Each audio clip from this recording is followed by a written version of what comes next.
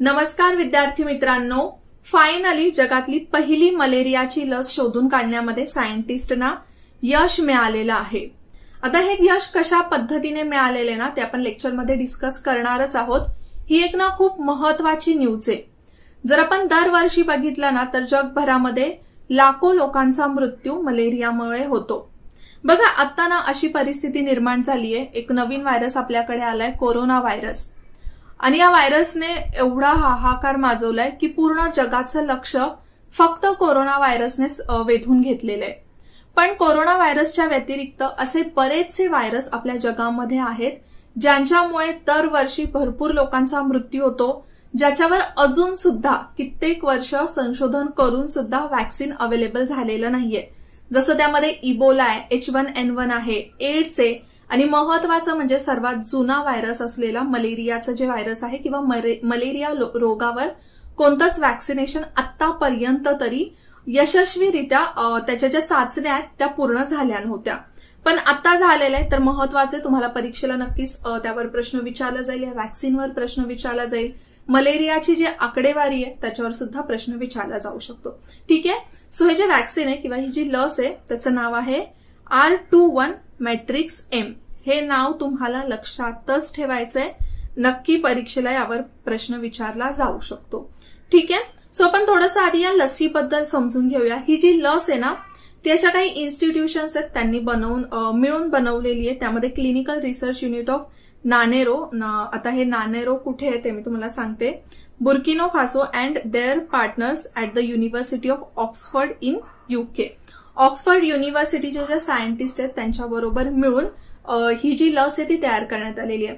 अच्छा, जी एस्ट्राजेनका लस आहे ती सुद्धा ऑक्सफर्ड युनिव्हर्सिटीच्याच मदतीने बनलेली आहे। इनफॅक्ट जिथे कोरोना व्हायरसची एस्ट्राजेनका लस बनलेली आहे त्याच लॅबमध्ये ही लस सुद्धा बनलेली आहे किंवा त्याच्यावर संशोधन झालेलं आहे।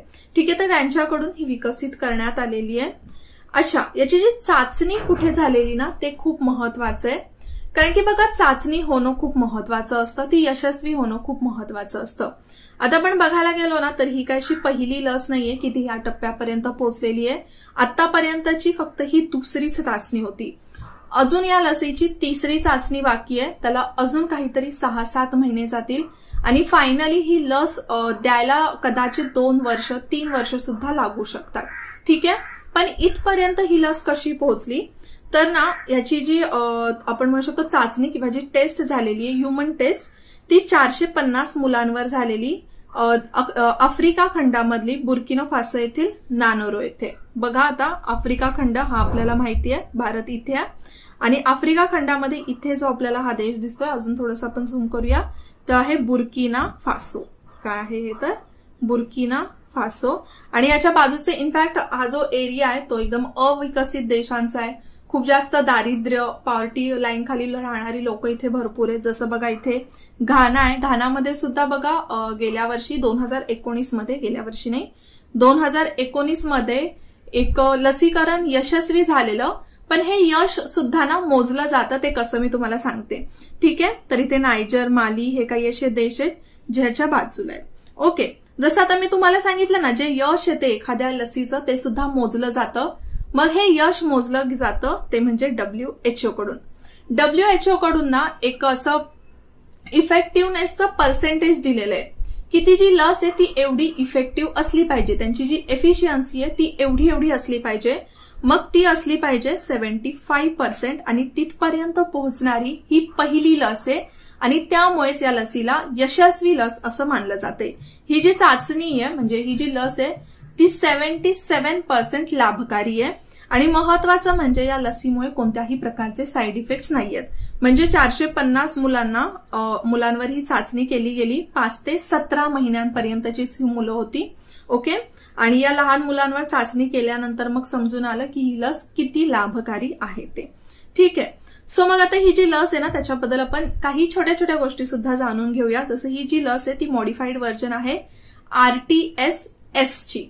ओके, ऑलरेडी एक लस होती जी ऑक्सफर्ड युनिव्हर्सिटी करूनच डेव्हलप करण्यात आली, पण या लसीचं जे इफेक्टिव्हनेस होतं ते फक्त 60% होतं।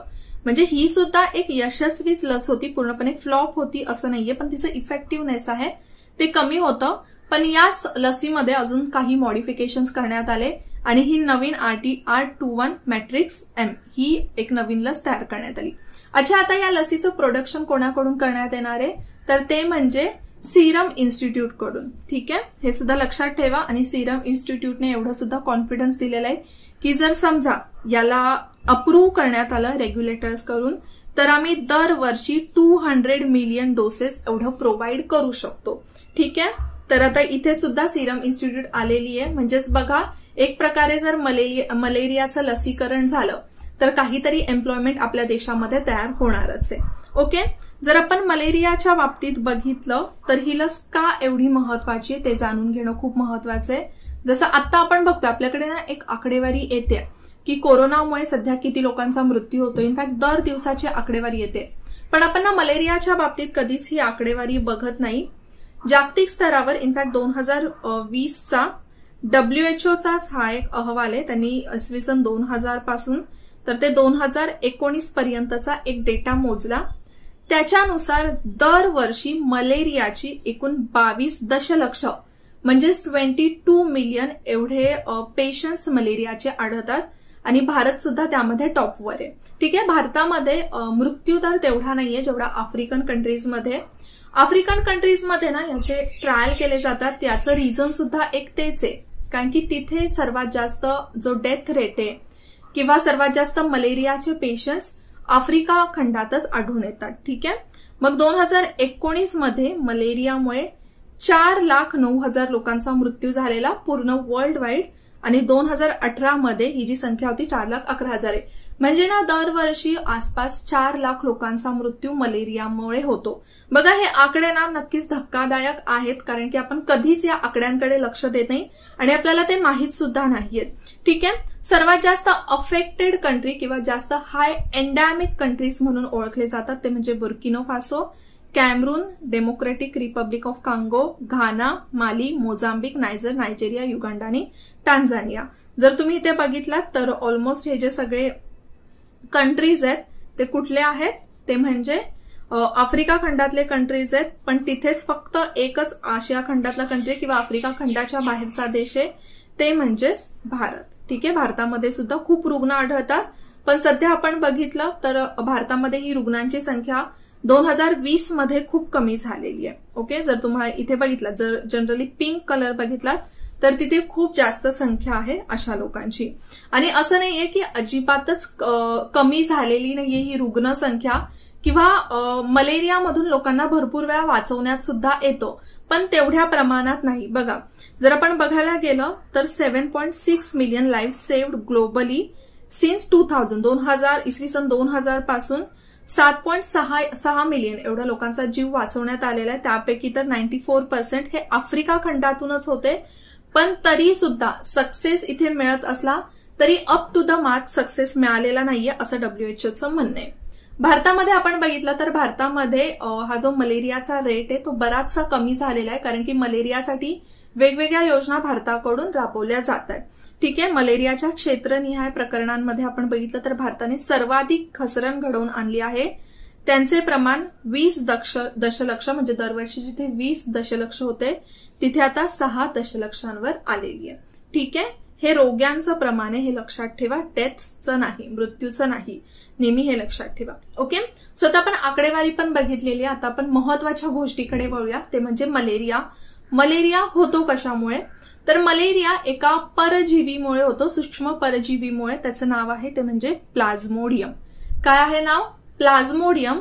आणि प्लाझ्मोडियम आपल्या शरीरात जातो ते म्हणजे डासांच्या चावण्यामुळे. ते सुद्धा एक स्पेसिफिक डास आहे, ते म्हणजे एनाफिलस डास. आता हा जो एनाफिलस डास आहे ना, ते सुद्धा जे फिमेल एनाफिलस डास आहे, एनाफिलस डासाची मादी आपण असं म्हणूया, फिमेल एनाफिलस डासाकडूनच हा आपल्या शरीरामध्ये जातो. ज्या वेळेला फिमेल एनाफिलस डास आपल्याला चावते वगैरे तर त्यावेळेलाच तो शरीरामध्ये जातो. मेल एनाफिलस डासाने आपल्याला काहीही होत नाही. आणि जनरली आपल्याला ह्या ज्या गोष्टी आहे किंवा मलेरिया जे ते विषुववृत्तीय भागांमध्ये दिसतो. हा मॅप बघा तुम्हाला, जनरली विषुववृत्ताचा जो प्रदेश आहे तिथेच आपल्याला मलेरिया जास्त पसरलेला दिसून येतो, कारण की तिथे माशांची जी संख्या आहे, जी डासांची संख्या आहे ती जास्त दिसून येते. ओके, तुम्हाला एक माहिती आहे, सुरुवातीला ना लोकांना असं वाटायचं की मलेरिया हा हवेमधून पसरतो आणि म्हणूनच त्याला मलेरिया म्हटलं जाऊ लागलं. मलेरिया हा जो शब्द आहे ना तो एक इटालियन वर्ड आहे आणि मलेरियाचा अर्थ होतो बॅड एअर, म्हणजेच खराब हवा असल्यामुळे मलेरिया होतो.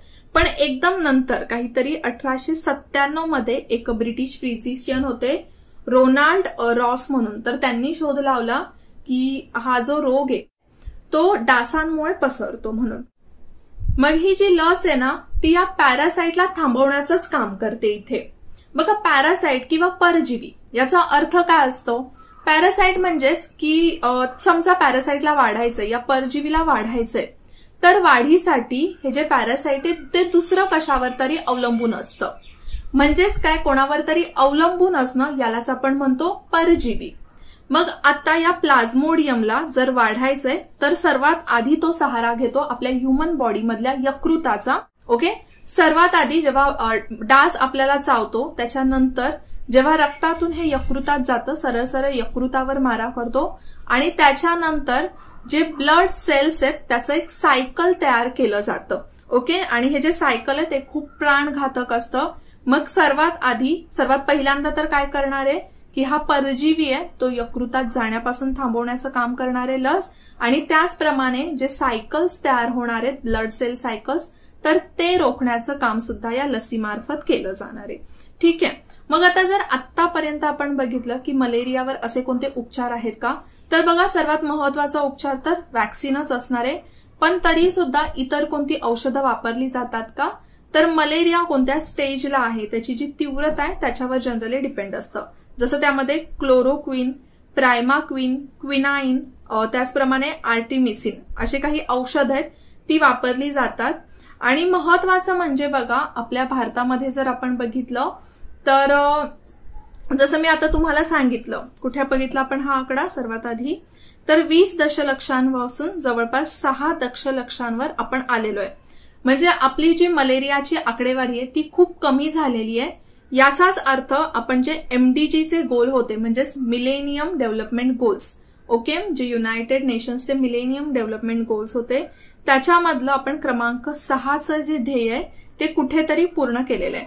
क्रमांक 6चं ध्येय काय होतं आपलं, तर HIV, एड्स, मलेरिया आणि इतर आजारांविरुद्ध लढणे आणि ते कमी करणं. ठीक आहे, त्याचा जो मृत्यूदर आहे या रोगांमुळे होणारा तो कमी करणे हे एक महत्वाचं ध्येय होतं. ओके, आणि आता तिथेच आपलं जे सस्टेनेबल डेव्हलपमेंट गोल्स आहे, जे MDGची जागा आहे ती आता सस्टेनेबल डेव्हलपमेंट गोल्सनी घेतलेली आहे, राईट. त्यामध्ये पण काय दिलेलं आहे की 2030 पर्यंत मलेरियाचं पूर्णपणे निर्मूलन करायचंय. ओके, मग हे जे SDG गोल आहे ते साध्य करण्यासाठी कंटिन्युअसली सायंटिस्ट सुद्धा प्रयत्न करतायत की आपण जास्तीत जास्त चांगल्या प्रकारची जी लस आहे ती तयार करावी आणि 2030 पर्यंत पूर्णपणे मलेरिया हा काढून टाकावा, इरॅडिकेट करावा. ठीक आहे, पण त्याच्यासाठी ना अजून बराचसा टाइम जाईल. मलेरियाचं जे वॅक्सिनेशन आहे ते सुरू व्हायला टाइम जाईल. इनफॅक्ट सायंटिस्टने असं सुद्धा म्हटलेलं आहे की जसं कोविड-19चं कसं पटपट टेस्ट झाल्या, पटपट वॅक्सिनेशन देणं सुरू झालं, तसं मलेरियाच्या बाबतीत सुद्धा करा. कारण की जगभरामध्ये आपण बघितलं तर बऱ्याच जणांचा मृत्यू होतो. इनफॅक्ट आपण फक्त बुर्किना फासो या देशाचं बघितलं ना तर दरवर्षी तिथे कमीत कमी 4000 बालकांचा आणि महिलांचा मृत्यू होतो. ओके, मग जर अजून इथे 2-3 वर्ष लेट झालं तर प्रत्येक वर्षाला हा 4000चा आकडा जर तसा राहिला तर पुढच्या 3 वर्षांमध्ये 12 ते 13,000 लोकांचा मृत्यू, मेनली लहान मुलांचा मृत्यू या एकाच आफ्रिकन कंट्रीमध्ये होऊ शकतो. ठीक आहे, सो आता आपण बरीचशी माहिती मलेरियाबद्दल इथे घेतलेली आहे. यातील नक्कीच इन्फॉर्मेशन जी आहे ती तुम्हाला परीक्षेला उपयोगी ठरेल. आय होप तुम्हाला हे लेक्चर नीट समजलं असेल. अशाच पद्धतीचे लेक्चर्स आपण विजन स्टडीवर सुद्धा कंडक्ट करतो. सध्या विजन स्टडीवर संयुक्त गट ब याच्या सेकंड फास्ट ट्रॅक बॅचचे ऍडमिशन सुरू आहेत. जर तुम्ही इंटरेस्टेड असाल तर नक्की त्या बॅचला ऍडमिशन घेऊ शकता. आपण अशाच छान छान लेक्चर्स मधून पुन्हा भेटूया. तोपर्यंत जय हिंद, जय महाराष्ट्र आणि थँक्यू.